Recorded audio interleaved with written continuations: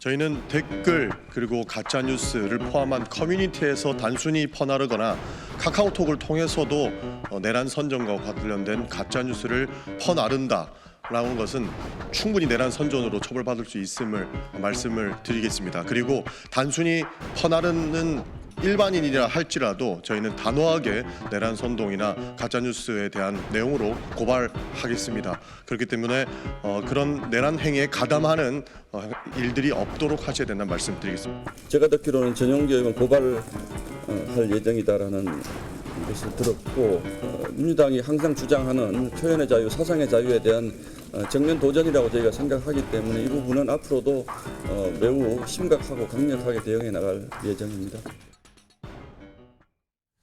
이른바 정치권에 갑자기 카톡 얘기가 나옵니다. 이른바 카톡 검열 아니냐? 무슨 소리입니까? 이상한 거 좀 들여다본다는 정도인데 이게 또 반박처럼 비춰지고 있어요. 화면으로 정리해 보겠습니다. 여야 입장 또 첨예합니다. 지금요. 자, 전용기 민주당 의원이 먼저 시작한 셈이 됐죠.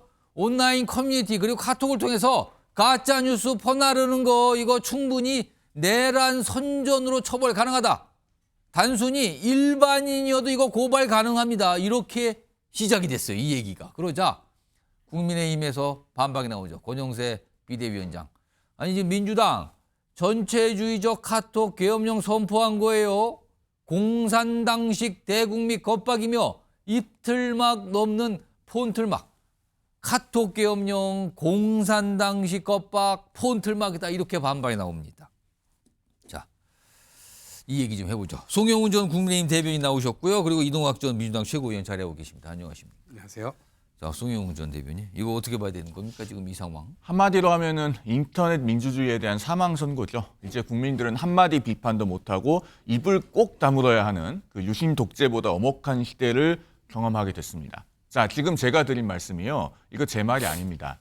2009년 1월에 그 유명한 인터넷 경제 논객 미네르바가 구속됐을 때 민주당의 공식 입장이었습니다. 미네르바가 누굽니까? 2008년 릴먼 브라더스발 그 경제 위기, 금융 위기 때 코스피 1000 깨진다, 500 간다. 원달러 환율은 2,000원 간다. 이렇게 그 우리 경제에 대해서 아주 비관적인 전망을 내놓았는데 그중 초반에 몇 개가 맞으면서 아주 경제 박사로 통칭됐던 분이죠. 그러다가 이 미네르바가 2008년 연말에 정부가 달러 매수 금지 긴급 공문을 보냈다. 이런 가짜 뉴스를 올리고 구속이 됩니다. 예. 그래서 2009년 1월에 구속이 되니까 당시에 표현의 자유를 아주 중시에 맞지 않던 민주당에서 이런 비판 논평을 냈던 겁니다. 이게 민주당의 공식 입장이었고 당시에 법률지원단까지 꾸려졌었거든요. 예. 자, 그랬는데 지금 와서는 이 민주당이 가짜 뉴스를 단속한다면서 내란 선전죄로 고발하겠다. 그리고 민주 파출소를 운영하겠다. 이러면서 국민을 겁박하고 있습니다. 자, 과거에 민주당이 했던 말을 제가 지금 들려드리는 이유가요. 정당이 자신들이 표방하던 가치의 핵심으로부터 멀어져서 국민을 겁박하게 되면은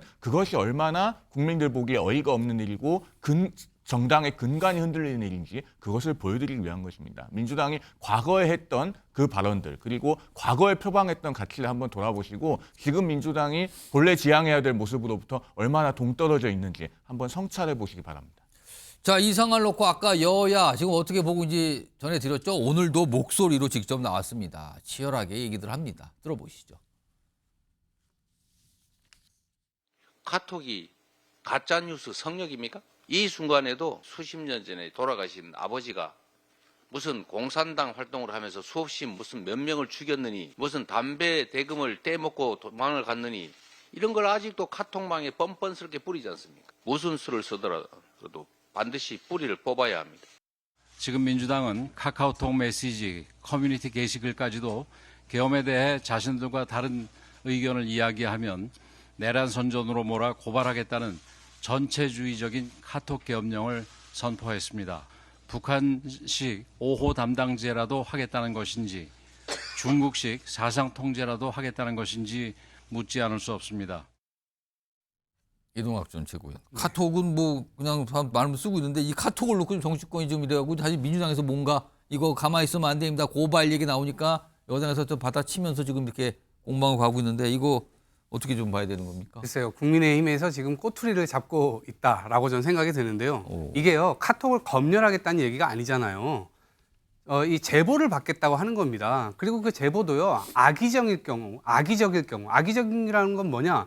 잘못을 인지하고도 본인이 계속해서 지속적으로 계속해서 그걸 올리는 행위들 이런 것들을 제보를 받아서 그것을 검토한다는 얘기지 처음부터 저희가 무슨 이게 검수할 만한 어떤 역량이나 어떤 기술적 시스템을 갖고 있지 않습니다. 그렇기 때문에 지금 국민의힘에서 약간의 어거지를 붙여가지고 민주당이 마치 검열을 한다는 듯한 그런 인상으로 이걸 빠져나가려고 하는 것이고 지금 권영세 비대위원장께서 이게 계엄에 대해서 민주당과 다른 이야기를 할 경우 이게 지금 민주주의로 얘기가 될 만한 이야기입니까? 오히려 민주주의를 완전히 말살시키고 독재 국가로 변환시키려고 했었기 때문에 그러한 내용이 아직도 옳다라고 지금 카톡방이든 어디 게시글이든 계속해서 지금 올리는 경우들이 굉장히 많아요. 근데 이게 민주주의 체제 안에서의 뭐 여당과 야당의 경쟁이라면 얼마든지 오픈해서 저희들이 이 논쟁을 할 수가 있습니다. 그런데 이건 논쟁의 사안이 아니잖아요.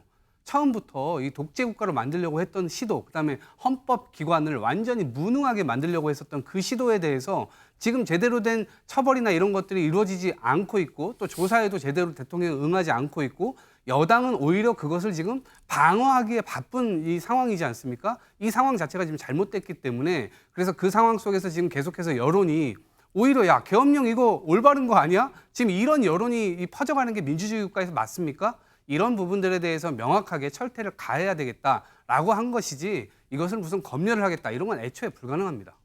제가 좀 한 말씀 예, 드리고 송영길 갔으면 하는데요. 의원님. 앞서 우리가 영상에서 봤습니다만 전용기 의원이 내란선전죄로 당연히 처벌된다 이런 얘기를 합니다. 사실은 정반대입니다. 내란선전죄로는 처벌할 수가 없어요. 왜냐하면은 내란선전죄는 종료된 내란에 대해서는 성립하지 않습니다. 그리고 대법원 전원합의체 판례가 12.12.5.17 사건에 대해서 비상계엄 선포가 내란의 수단이 된 경우에는 비상계엄이 종료됨으로써 내란은 종료된다. 이렇게 판시를 하고 있습니다. 그렇기 때문에 어떤 경우에도 지금 상태에서 내란선전죄로 이제 와서 처벌할 수는 없어요. 그러면 지금 전용기 의원이 모르고 있는 게 저는 4가지가 있다고 봅니다. 뭡니까? 첫 번째, 내란선전죄가 뭔지를 모르는 거고요. 두 번째로, 모르면 물어볼 줄 모릅니다. 자기 당에도 율사 출신 의원들 많이 있을 것 아니겠습니까? 그다음에 세 번째로, 공당이 이렇게 처벌되지 않는 일을 가지고 국민을 겁박하려고 들면 안 된다는 걸 모릅니다. 네 번째로는 앞서 제가 미네르바 이야기를 했습니다마는 전용기 의원은 민주당 재선 의원인데도 민주당의 역사를 몰라요. 그리고 민주당이 한때는 표방에 맞지 않았던 그 표현의 자유라고 하는 가치를 모릅니다. 지금 방금 말씀한 동안 여당 의원들이 약간 무슨 릴레이식으로 뭘 하고 있어요. 지금 화면에 잠깐 나왔거든요. 이런 식으로 여당 의원들이 반발하는 목소리를 내는 거군요. 나경원, 윤상범, 박준건 의원 대표적인데 탄핵은 무효입니다. 본인이 이렇게 써요. SNS에. 그러면서 내란 선전으로 고발해 주세요. 이렇게 했으니까요. 그래서 약간 뭐 캠페인처럼 하고 있는데 이동학 전 최고위 이거 네. 어떻게 보면은 민주당에서 약간 일각에서는 이거 긁어 부스럼 만든 거 아니냐 이런 시각도 있던데 어떻게 봐야 됩니까? 아 글쎄요. 저는 거꾸로 생각하는데요. 이게 국민의힘이 오히려 매를 벌고 있다 이런 생각을 하는데요. 지난주에도 뭐 40명이 넘는 국회의원들이 관저 앞에 그 시위대 앞에 그 시위대들이 들고 있는 팻말 보셨습니까? 계엄은 합법이다 이렇게 얘기를 하고 있어요. 그런데 거기 가서 그들을 응원을 하고 있단 말입니다. 그러니까 국회의원들조차도 본인들이 잡혀가서 고문당할 수도 있었던 그런 사건이 민주주의 국가에서 벌어질 뻔한 일이 벌어진 겁니다. 그런데 지금 본인들이 그것을 지금 잘했다 이렇게 얘기를 하는 겁니까? 지금 어떻게 이럴 수가 있습니까? 민주주의를 지금 40여 년 동안 저희가 예. 만들기 위해서 수많은 사람들의 목숨, 피, 눈물 이런 것들이 지금 있어가지고 역사 속에서 차곡차곡 쌓아왔는데 한순간에 그게 무너질 뻔했거든요. 예. 그런 지점에서 지금 국민의힘이 다시 되돌아보고 지금 이 수사에 제대로 협조하지 않고 있는 대통령에 대해서 얼른 나와서 조사 받으시라 그 얘기를 하셔야지 지금 이렇게 야당을 공격하고 있는 게 말이 됩니까?